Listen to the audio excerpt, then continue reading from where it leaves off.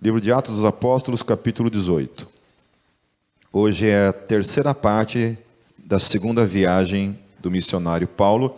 Nós vimos até aqui o que Paulo tem passado nessa segunda viagem, né? Quanto ele já apanhou, o quanto ele já sofreu, foi preso, né? E ainda está aqui, insistindo no seu ministério, operando no seu ministério e colhendo frutos desse ministério.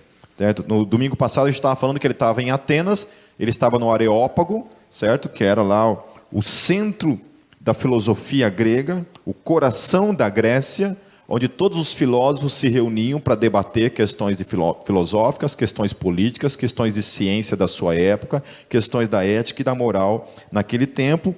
Paulo, indignado com a idolatria que estava acontecendo ali ao derredor, ele entra lá em Atenas, ele vê toda aquela idolatria, aqueles milhares de deuses que está ali, porém ele encontra ali, em meio a todos esses deuses, um altar.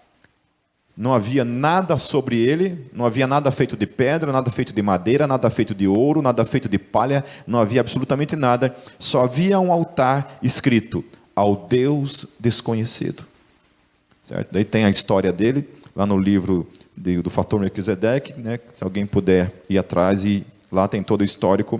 Não vou aqui contar porque a história é um pouco comprida de como se nasceu esse altar. Então Paulo olha para esse altar, né? Lá diante então de todos os filósofos, os políticos que estão ali reunidos, ele apresenta a cosmovisão cristã de um Deus criador de todas as coisas, que criou todas as coisas, que formou a humanidade, certo? Que enviou o seu Filho Jesus para esse mundo. Ele fala que ele é testemunha da ressurreição do Filho de Deus. Nessa hora em que ele fala do testemunho da ressurreição, ele é confrontado, porque aparenta ser uma loucura, né? Não tem como a gente acreditar nisso, porque havia dentro deles um partido especial ali, que eram os epicureus, que não acreditavam, né, nessa questão do sobrenatural, como nós vimos por aí, certo? Então ele fala sobre isso, e tem uma coisa em especial que ele fala também, olha, diante disso, dessa ressurreição, disso tudo, ele fala assim, que Deus há de julgar toda a humanidade, certo? Ali eles fecham os seus ouvidos, não dão mais ouvido a ele, Paulo sai. Então, porém, o texto fala lá no capítulo que alguns que estavam ali, alguns filósofos e algumas mulheres e alguns homens se convertem à fé cristã diante do discurso dele, em nome de Jesus. Amém. Então, indo lá a partir do versículo 1. Depois disso, Paulo saiu de Atenas e foi para Corinto. Ali encontrou um judeu chamado Áquila, natural do Ponto, que havia chegado recentemente da Itália com Priscila, sua mulher, pois Cláudio havia ordenado que todos os judeus saíssem de Roma. Paulo foi vê-los, e uma vez que tinham a mesma profissão, ficou morando e trabalhando com eles, pois eram fabricantes de tendas. Então essa é uma informação, né, de onde que Paulo tirava o sustento dele. Muita gente questiona essa questão do sustento pastoral, do sustento dos presbíteros, né, naquele contexto, do sustento dos apóstolos. Como é que esses caras levantavam o sustento? Então, a primeira coisa que Paulo falava a respeito disso é que o sustento vinha da própria igreja. Então, tem muita gente que fala assim, porque no Novo Testamento não tem esse negócio de dízimo. Na verdade, assim, quando Paulo trabalha a questão do sustento pastoral ali no Novo Testamento, ele utiliza do mesmo princípio da forma como os levitas eram mantidos. Como é que a tribo de Levi era mantida? Eram 12 tribos, 11 tribos trabalhavam, plantavam, certo? Colhiam essa colheita, certo?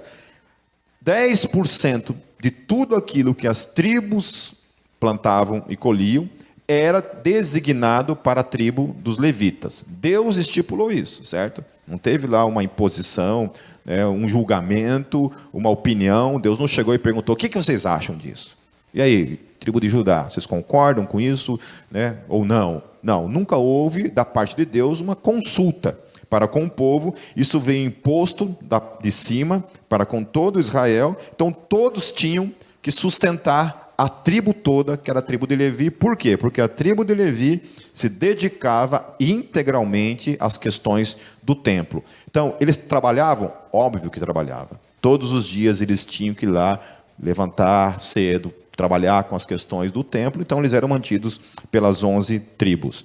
Paulo utiliza esse mesmo princípio para, então, aplicar na questão pastoral. Depois a gente pode pegar e mandar textos para você, esse texto em específico, que é um texto que sempre quando entra em debates com essa galera nova aí, anti-dízimo, essa galera que não gosta de dízimo, que acha que dízimo é coisa do Satanás, todas as vezes que eu entro num debate teológico com qualquer pessoa que seja, e eu apresento esse texto e peço para eles fazerem uma interpretação desse texto, e me apresentar o real sentido desse texto, ninguém consegue. Ninguém consegue. Os caras dão um jeito de fugir e ir pela tangente, mas não me apresentam um fundamento que venha, então, refutar o que eu estou falando. Certo? Está lá, biblicamente falando, então, que Paulo utiliza o mesmo princípio. Paulo não utiliza a palavra dízimo, mas ele utiliza o mesmo princípio que o Antigo Testamento usa para o sustento dos levitas. Aí, por que Paulo, então, trabalhava essa questão de ele era um fabricante de tendas? Porque Paulo, o próprio texto lá nas cartas dele, ele fala assim que ele optou por isso. Foi uma opção dele. Ele falou assim, olha, se eu quisesse, eu poderia ser como os demais, sustentado por todos vocês. Porém, eu optei por trabalhar, para não servir, de alguma forma, não ser pesado para vocês. Mas era um direito meu, é um direito que eu estou abrindo mão, certo? Por causa de vocês eu estou abrindo mão. E aí, portanto, a sobrevivência de Paulo não via então das ofertas das igrejas, do sustento das igrejas. As ofertas, o sustento de Paulo vinha porque ele era um fabricante de tendas. Ele fabricava tendas. Para isso, daí ele tirava o seu sustento. Ok?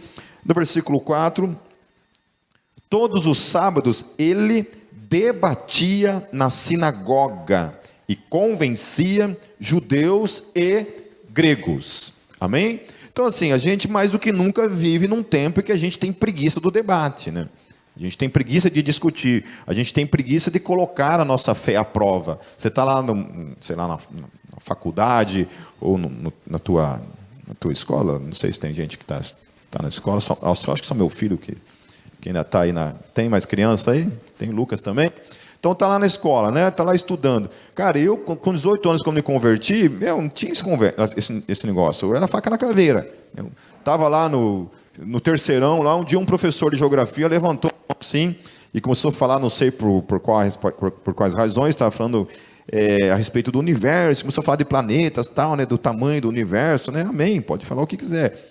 Aí, daqui a pouco, de alguma forma, ele falou assim, então é impossível que não haja vidas em outros planetas, né? Eu falei, não, tudo bem, pode acreditar, né? Não tem problema você acreditar que existe vida em outros planetas, além de não existe nenhuma evidência para isso, mas quem sabe? Não tem um problema, isso não vai atingir em nada a questão da minha fé, se aprove Deus de alguma forma criar outras civilizações nesse universo total. Mas daí ele não se contentou, ele falou assim, por isso que não tem como acreditar na Bíblia.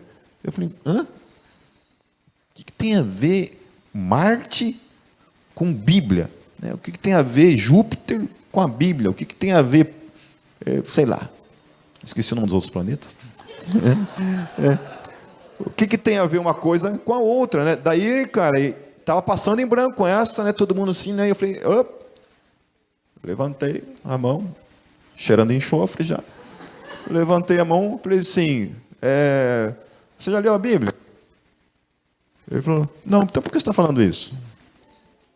Miserável, seu bobo, né? Eu falei assim, já leu a Bíblia? Não, então por que você está falando isso? Eu falei assim, deixa eu te falar uma coisa, a Bíblia é a revelação de Deus para o homem, entendeu? Ela não fala nada a respeito de vidas em outros planetas, não fala que existe, não fala que não existe. Então você está colocando sobre a Bíblia uma ideia que não está lá. Não existe na Bíblia assim, não existe vida em outros planetas. Se tivesse escrito não existe vida em outros planetas, podia estar questionando ela, talvez duvidando dela, tudo bem. Agora você não pode inserir que ela está dizendo uma coisa que ela não está dizendo. Entendeu? Sou bom, né? Amém? Não, ele não tirou, não. Ele pediu desculpa. Não, realmente, me desculpa aí, Pipe. Você é muito bom, realmente, desculpa aí.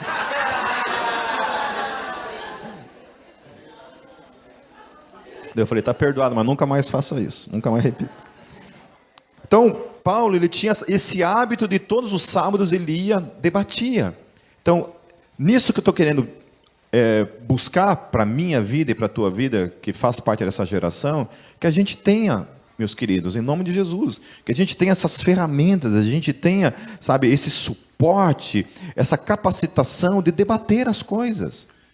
Um dia eu fui fazer um evangelismo num bar lá em Foz do Iguaçu. Tinha uma menina que estava estudando biologia, né? E eu estava ali e tal, e fui abordar ela, tal. Ela falou assim, daí ela, né, já estufou ali, já, né? Falei, vou atropelar esse crentezinho, né? Falou assim, tá, me prova então que Deus existe, né? Falei assim, olha, provar de que jeito, do que você está falando, né? Você quer que eu chame o homem aqui em pessoa para apresentar ele, ó, Deus, essa aqui é a fulana, né? É isso.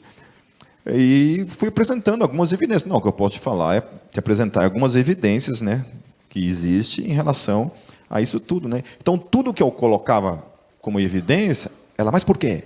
Mas por quê? Mas por quê? E eu fui lá, falando, um monte de coisa, até que chegou um momento, falei assim, olha, vamos parar por aqui, porque você não está ouvindo nada que eu estou falando. O teu interesse não é uma resposta, o teu interesse é a discussão. Entendeu? Mas está aqui as evidências. Então, inclusive, o Josh McDowell, nesse livro lá que eu citei domingo passado, que é o Evidências que Exigem um Veredito, ele fala que diante das evidências da fé cristã, todo esse monumento gigantesco de evidências, que se você chegar na minha casa, assim, eu na minha biblioteca, que deve ter ali, sei lá, 1/100º de toda a literatura de apologética existente no planeta, se você olhar assim, eu tenho lá uma fileira inteira, assim, só de livros de apologética, um atrás do outro, assim, ó. Só apologética. Entende? Então, eu duvido uma pessoa honesta intelectualmente, que tenha realmente uma honestidade na sua vida, que se propõe a se debruçar dentro de todas essas evidências e chegar e dizer assim, olha, eu não posso acreditar no cristianismo. Você tem uma opção de falar assim, olha, eu não quero acreditar no cristianismo. Essa é uma opção. E o Josh McDowell ele fala isso. Né? Que diante das evidências, inclusive que ele apresenta só no livro dele, sem falar desse universo de evidências que existe, ele fala só diante disso, você só tem que chegar a uma conclusão. Eu não quero. Eu não quero a fé cristã. Eu não quero a fé cristã. Certo? Então, até mesmo essa questão do sofrimento, né, que é o grande dilema, o grande problema que muitas vezes as pessoas encontram como uma barreira e um bloqueio para não acreditar em Deus por causa do sofrimento, até isso não chega a nenhuma conclusão de que Deus não existe. O máximo que o sofrimento chega como conclusão é que o tipo de Deus que a fé cristã anuncia é um Deus que eu não quero para a minha vida.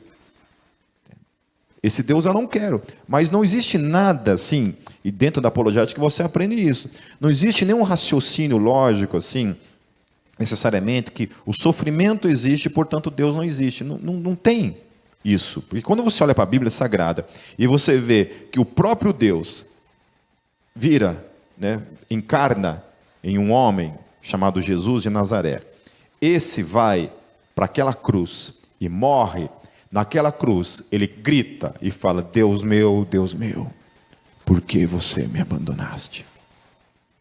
O Deus que sangra, quando a gente estava trabalhando a questão dos evangelhos, o texto fala que o coração de Jesus explodiu. Porque quando o soldado fura Jesus e sai sangue com água, aquilo ali evidencia o que aconteceu com o coração de Jesus. O coração de Jesus, literalmente, segundo as evidências que apontam, o coração de Jesus explodiu. Explodiu na cruz. Isso que acontece. Então você olha para tudo isso, né? Olha para a questão de Jesus, você olha para a vida dos apóstolos, sofrimento o tempo todo, e ninguém questiona. Você não vê eles questionando a existência de Deus com a existência do mal. Há uma clareza nas suas mentes. O homem pecou.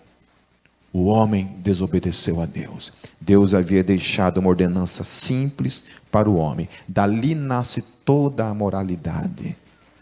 Alguém esses tempos me questionou, inclusive isso, perguntando, questionou não, mas levantou realmente uma pergunta, né? Que antes do decálogo, antes dos 10 mandamentos, como se dava a questão moral? Né?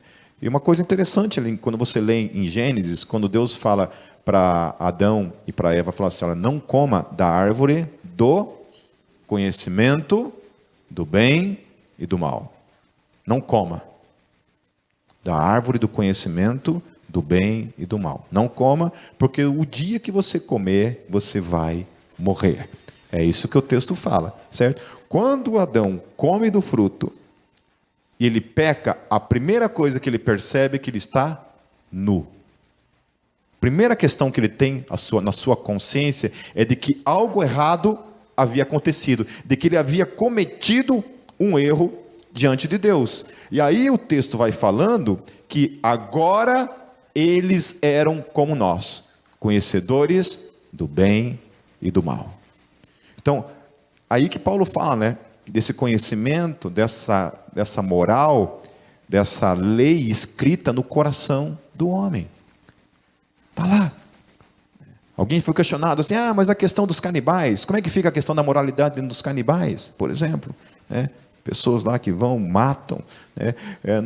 Acho que é o Totem da Paz, se eu não me engano, um dos livros também do Don Richardson, ele trabalha essa questão de uma tribo que, culturalmente falando, a cultura daquela tribo tinha por cultura eu fazer um amigo, me tornar o melhor amigo desse cara e trair esse cara matando ele.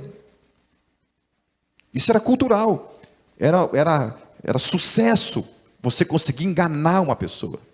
Inclusive, eu acho que foi feito até um filme em relação a isso, se eu não me engano.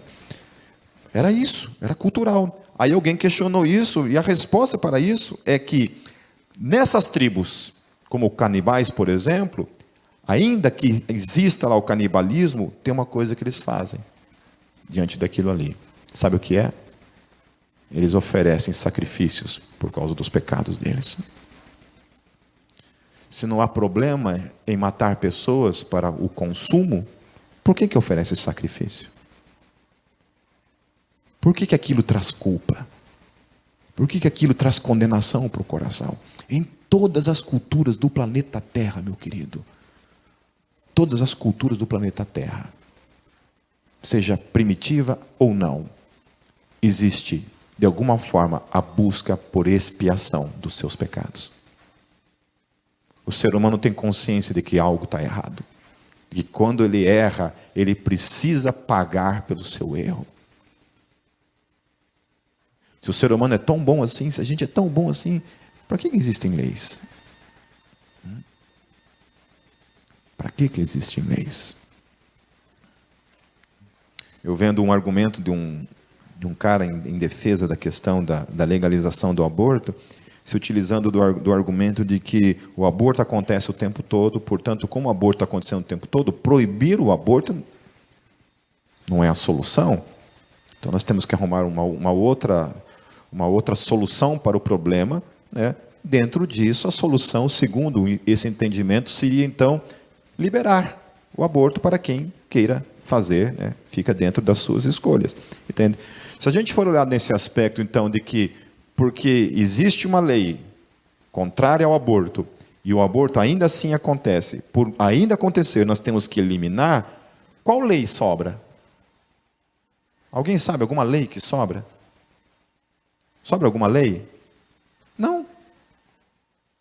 Se por acontecer, ainda que existe uma lei, acontecer certas coisas, nós temos que eliminar a lei, então não faz sobrar nada. Assassinato não está acontecendo? O tempo todo? Morte o tempo todo? Né? Não está acontecendo? Se existem mulheres que ainda estão apanhando diante de uma lei, Maria da Penha, certo? Se existem mulheres que estão apanhando, se o feminicídio ainda está acontecendo, estou usando esse termo aí só para vocês contextualizarem a coisa. Se está acontecendo, então vamos tirar a lei? Vamos acabar com a Maria da Penha? Então pode bater na mulherada? Por quê? Porque está batendo igual. E é incrível, gente, que ainda que exista a Maria da Penha, como tem acontecido violência contra a mulher ainda, né? Então, o problema é a lei? Não. A lei está ali.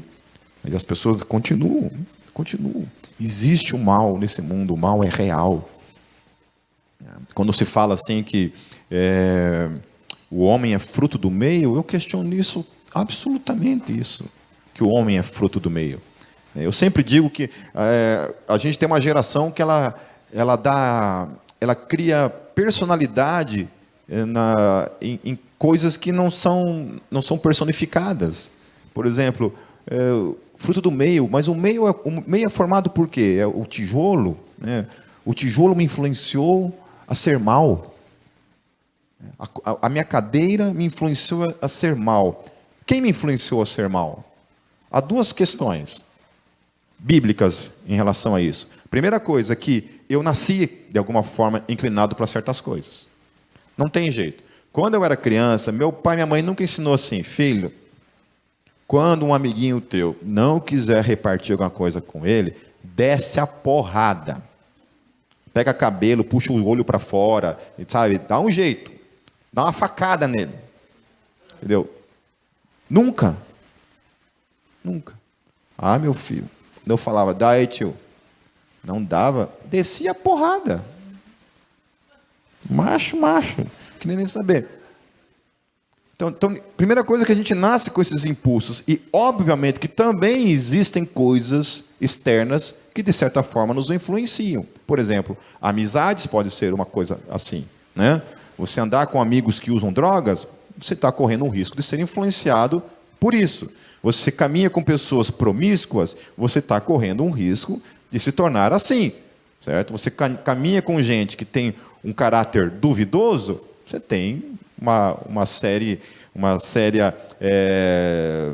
você coloca numa situação em que realmente você pode ter isso para a sua vida. Eu me considero um fruto de um milagre nesse aspecto, porque eu caminhei com uma geração de punks ali, cara, a grande maioria fumava maconha o dia inteiro, entendeu? A gente entrava no quarto assim para ficar ouvindo as bandas de punk rock ali, e os caras cheirando lança-perfume do meu lado ali, entendeu? Pergunta para mim se algum dia eu cheirei. Nunca. Entende? Então eu falei, eu fui um milagre, sério mesmo. E eu não tenho explicação por que não. Na verdade, eu tinha um pouco de medo disso, né? Eu sempre fui muito medroso com esse negócio de drogas. Graças a esse medo, eu não me aproximei disso. Mas então, voltando para o texto aqui, a gente precisa, meus queridos, sabe? Saber defender, saber o que falar, saber o que dizer. Para isso tem que ter ferramentas. Amém? Versículo 5, depois que Silas e Timóteo chegaram da Macedônia, Paulo se dedicou exclusivamente à pregação, testemunhando aos judeus que Jesus era o Cristo, opondo-se eles e lançando maldições. Paulo sacudiu a roupa e lhes disse: caia sobre a cabeça de vocês o seu próprio sangue. Estou livre da minha responsabilidade, de agora em diante irei para os gentios.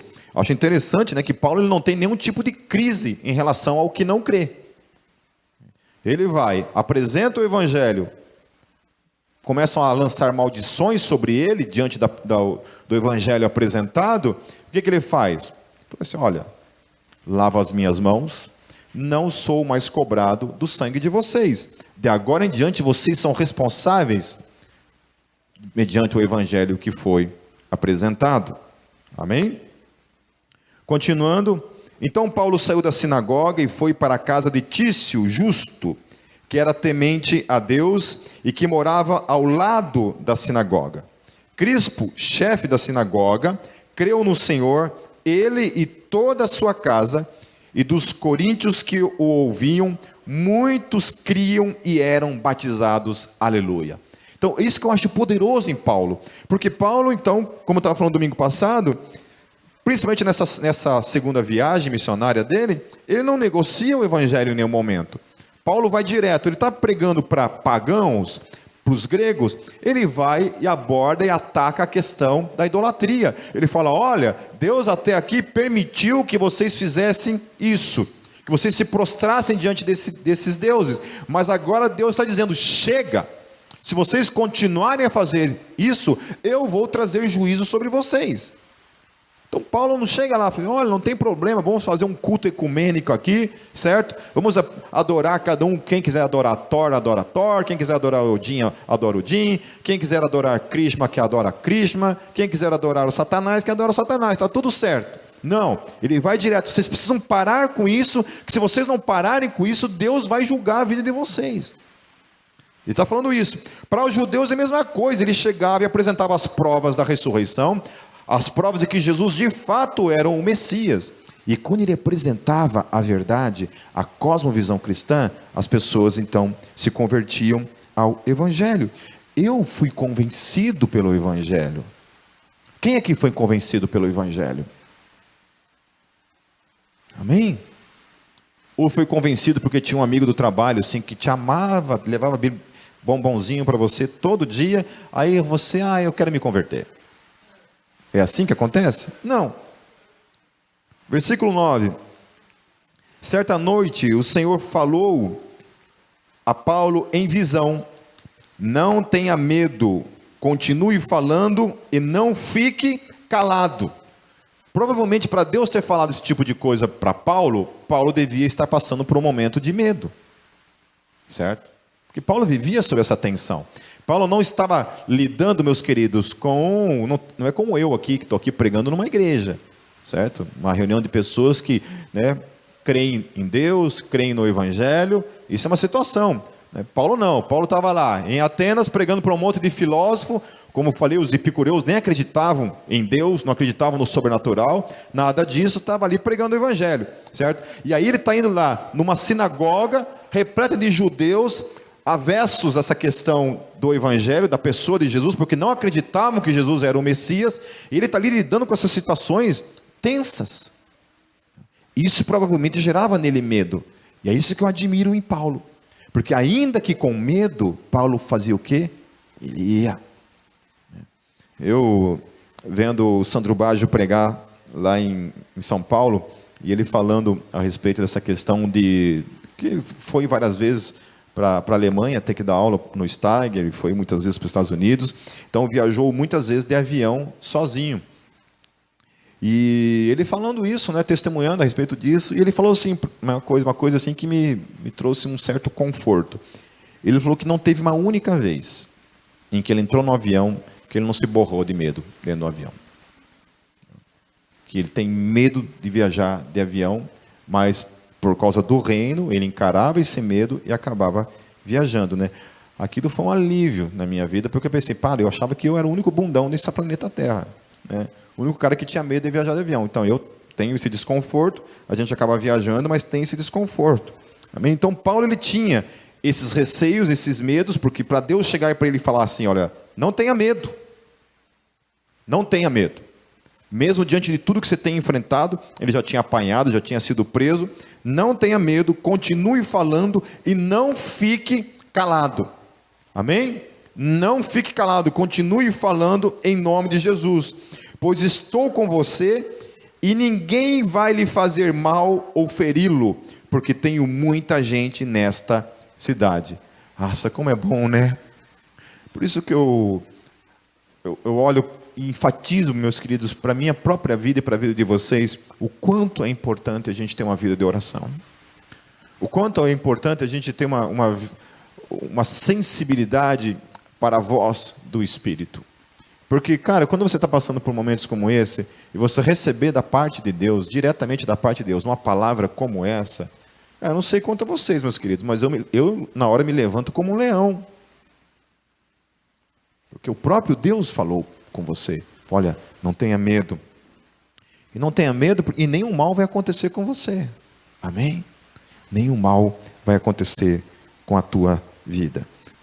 Eu talvez assim, a gente olhando para isso assim, falei assim, pensando em Paulo nesse momento, Deus falando esse tipo de coisa, eu falei assim, acho que Paulo deve ter pensado assim, pô Deus, finalmente, estava na hora de você dar uma folguinha para mim, Lembra que lá ele tinha sido apedrejado e dado como morto? Lembra disso? Que eles pegaram, levaram ele para fora dos portões ali e lançaram ele lá fora, ele foi dado como morto. Aí os discípulos foram lá para ver se ele estava realmente morto e o cara não estava morto. Então ele sabia o que era isso. E Deus estava dando uma promessa para ele de que naquela cidade nada disso iria acontecer. No versículo 11, assim Paulo ficou ali durante 1 ano e meio ensinando-lhes a palavra de Deus. Aleluia. Já pensou, cara, você tem um seminário teológico de 1 ano e meio com o próprio apóstolo Paulo? E provavelmente isso era todo dia. Todo dia você sentava, entrava numa casa onde era a reunião e você podia ouvir da própria boca do apóstolo Paulo todo esse ensino. Isso aconteceu na cidade de Corinto, que foi a cidade a qual depois ele escreve as 2 cartas, que são 2 cartas compridas, né? Que é a primeira e a segunda carta de Paulo aos Coríntios. No versículo 12, sendo Galho procônsul da Acaia, os judeus fizeram em conjunto um levante contra Paulo e o levaram ao tribunal, fazendo a seguinte acusação: esse homem está persuadindo o povo a adorar a Deus de maneira contrária à lei. Quando Paulo ia começar a falar, Galho disse aos judeus: se vocês, judeus, estivessem apresentando queixa de algum delito ou crime grave, seria razoável que eu os ouvisse. Mas visto que se trata de uma questão de palavras e nomes de sua própria lei, resolvam o problema vocês mesmos. Não serei juiz dessas coisas. E mandou expulsá-los do tribunal. Então todos se voltaram contra Sóstenes, o chefe da sinagoga, e o espancaram diante do tribunal. Mas Galho não demonstrava nenhuma preocupação com isso.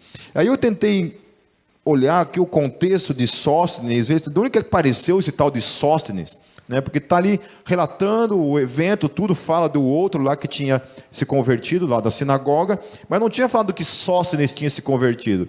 Dá uma impressão assim que Sóstenes está ali assistindo tudo ali, de repente sobra para ele, né? Pegam ele, talvez ele tivesse tido algum tipo de simpatia pelo evangelho, mas esse Sóstenes então apanha de graça, não fala nada, fala assim, olha, de repente todo mundo se voltou para o Sóstenes, falou, é tu mesmo, e dão um cacete no cara, batem no cara, arrebentam o cara.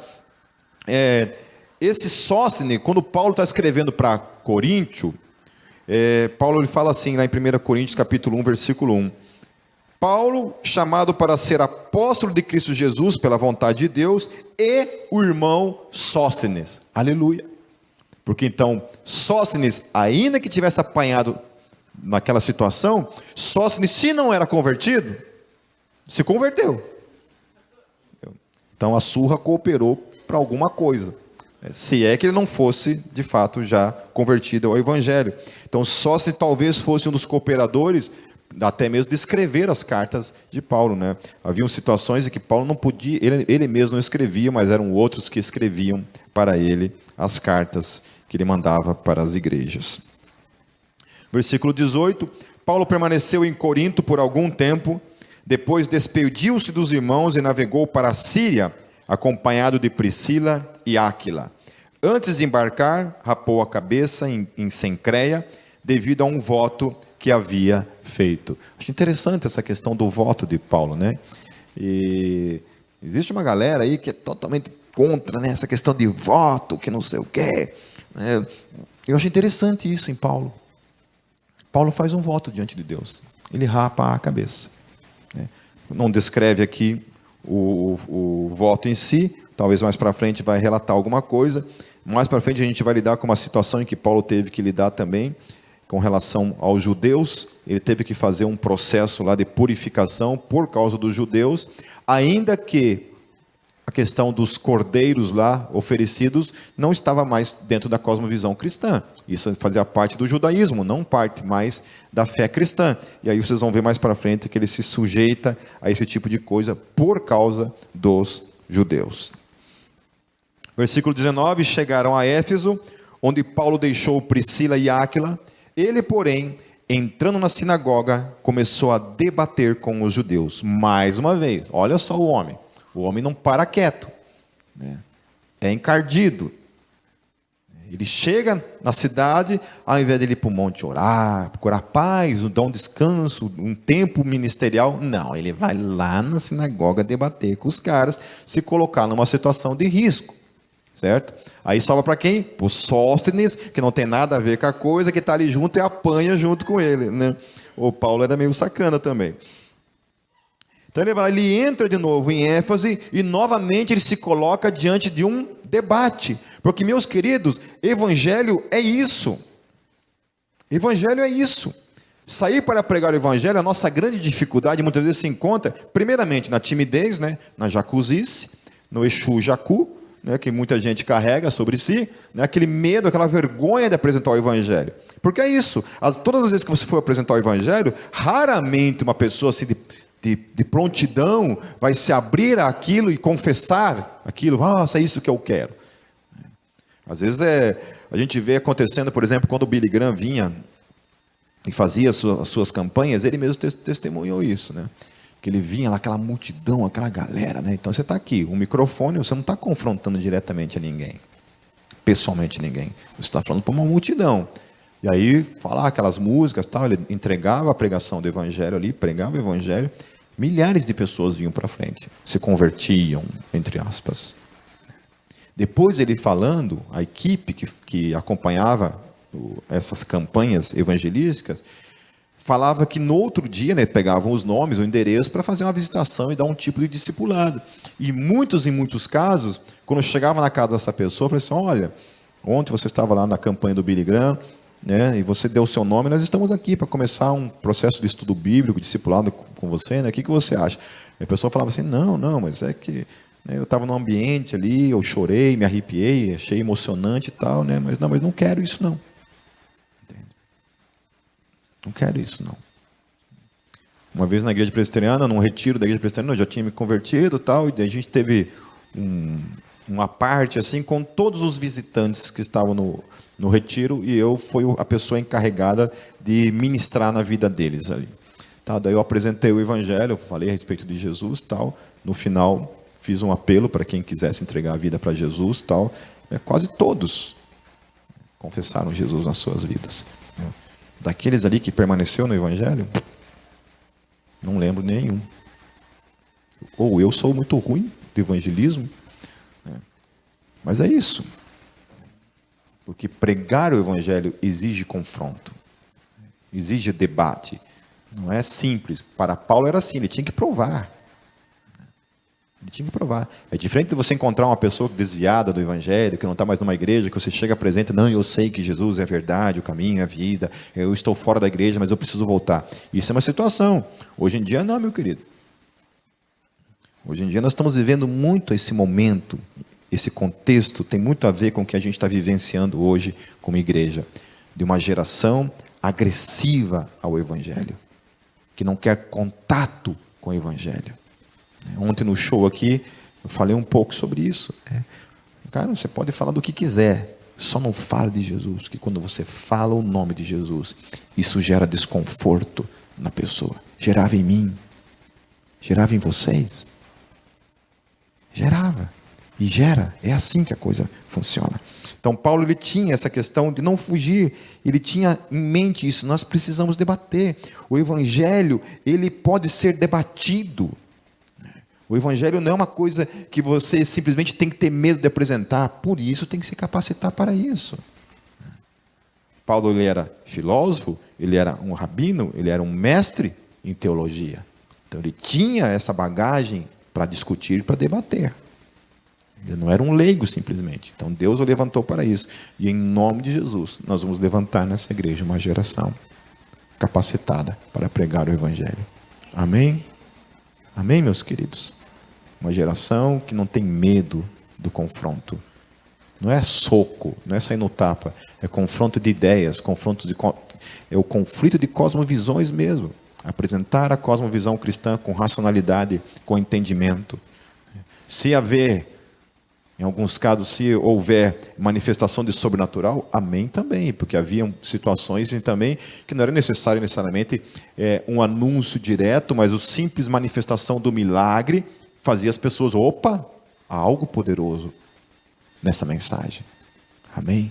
Por isso nós temos que orar, para sermos cheios do Espírito Santo, da direção do Espírito Santo. Por isso que precisamos estudar a palavra, para termos o conhecimento da palavra. Por isso que precisamos entender ferramentas de apologética, para aprender a defender a sua fé. Queridos, vocês são privilegiados. Eu só posso dizer isso para vocês. Eu nunca tive isso. Nunca tive isso na minha vida. Eu fiz parte de uma igreja histórica muitos anos da minha vida. Eu nunca tive isso na minha vida. Nunca. Um preparo, uma capacitação. A gente aprendia apanhando. A gente ia para a rua, os caras faziam umas perguntas para nós assim que a gente... Quê? Tanto que eu fui para o seminário, não para ser pastor, eu fui para o seminário e falei assim, cara, eu quero conhecimento, eu quero conhecer, porque a gente está se deparando com uma geração que precisa de respostas, e eu não sei o que falar. Não sei o que falar.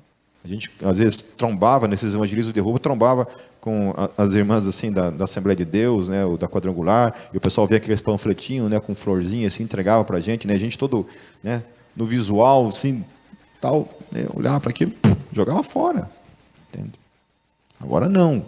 A nossa equipe de evangelismo era diferente. Era uma equipe assim, pessoal totalmente integrado na cultura, né? Usando da cultura, porque fazia parte da nossa vida. Sempre quando os caras falam assim, vocês estão se fazendo de louco para ganhar os loucos. Eu falei, não, está enganado. A gente é louco mesmo. Não estamos nem fingindo. É assim mesmo que a gente é. Eu estou dentro do underground desde os meus 13 anos de idade. Desde os meus 13 anos. Quando eu assumi, não, eu sou punk. Assumi para a minha vida isso. Aí, para desgraça da tristeza da minha mãe, né? Quando eu cheguei em casa, assim com um moicano. Primeira vez que eu cheguei em casa com um moicano rapado dos lados assim, a minha mãe correu para o quarto chorar, desesperada. Por isso, olha que desgraça. Já é endemoniadinho, feio, né? E agora desse jeito, né? Correu para o quarto chorar, desesperada. Falei, o que aconteceu? E ela foi orar e falar, Deus, criei, já deu um trabalho essa miséria, entendeu? E agora vira punk, essa praga, né? E aí, foi lá. Né? Foi lá.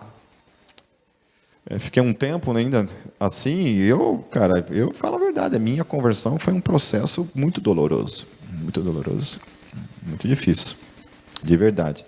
Porque, como eu falei, eu me converti numa igreja histórica, que não batia nem palmas, não podia bater palmas, de verdade, fazia parte da liturgia do culto, não podia bater palmas.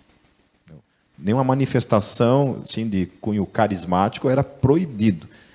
Bater palma já levava uma cadeirada na orelha, ele não podia bater palma, não podia.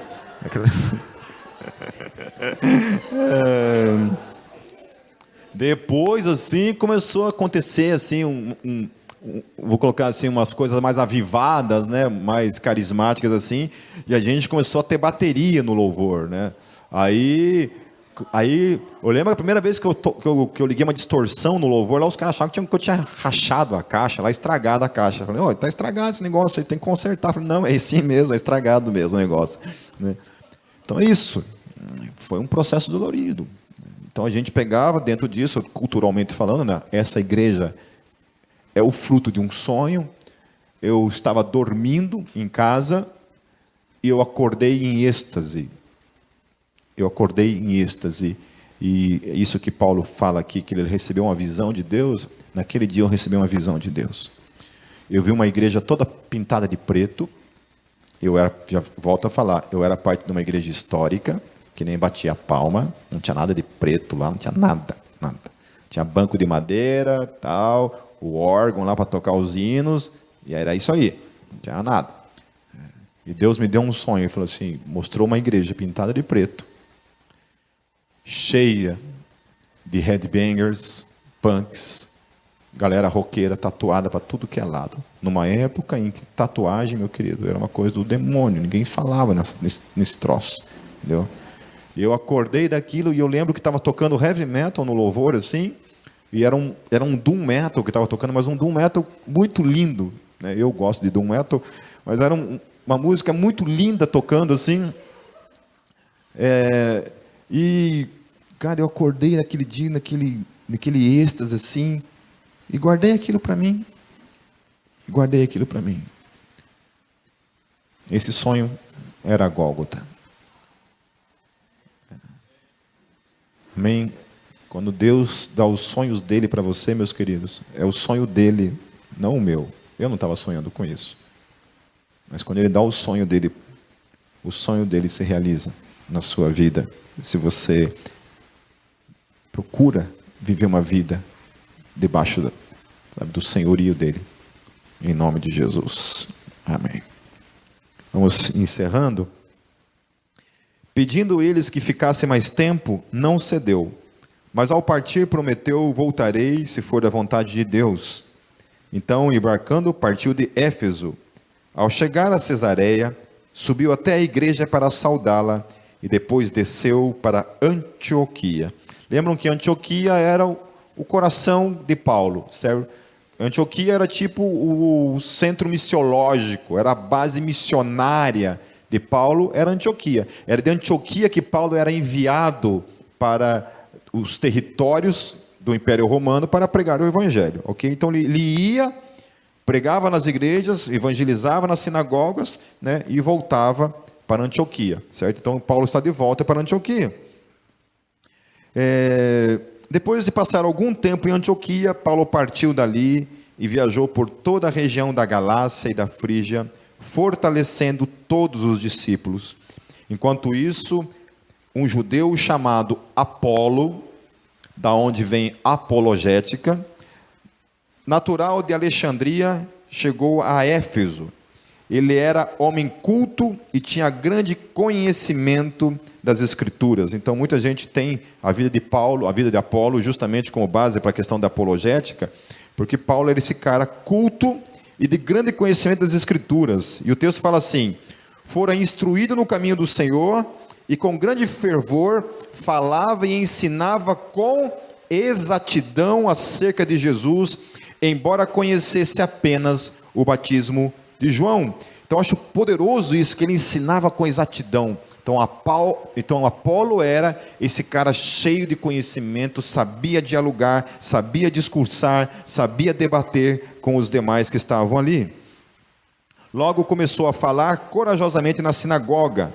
Quando Priscila e Áquila o ouviram, convidaram-no para ir à sua casa e lhe explicaram com mais exatidão o caminho de Deus. Lembram que Priscila e Áquila e outros haviam, acompanhado Paulo durante 1 ano e meio, praticamente ali, ouvindo o ensino de Paulo todos os dias. Querendo ele ir para Caia, os irmãos o encorajaram e escreveram aos discípulos que o recebessem. Ao chegar, ele auxiliou muitos que pela graça haviam crido, pois refutava vigorosamente os judeus em debate público, provando pelas Escrituras que Jesus é o Cristo. Amém. Amém, meus queridos? Vamos ser essa geração? Amém? Essa geração que tem conhecimento da palavra, que conhece de fato aquilo que crê e que está pronto a defender a sua fé, a anunciar a sua fé, em nome de Jesus. Amém?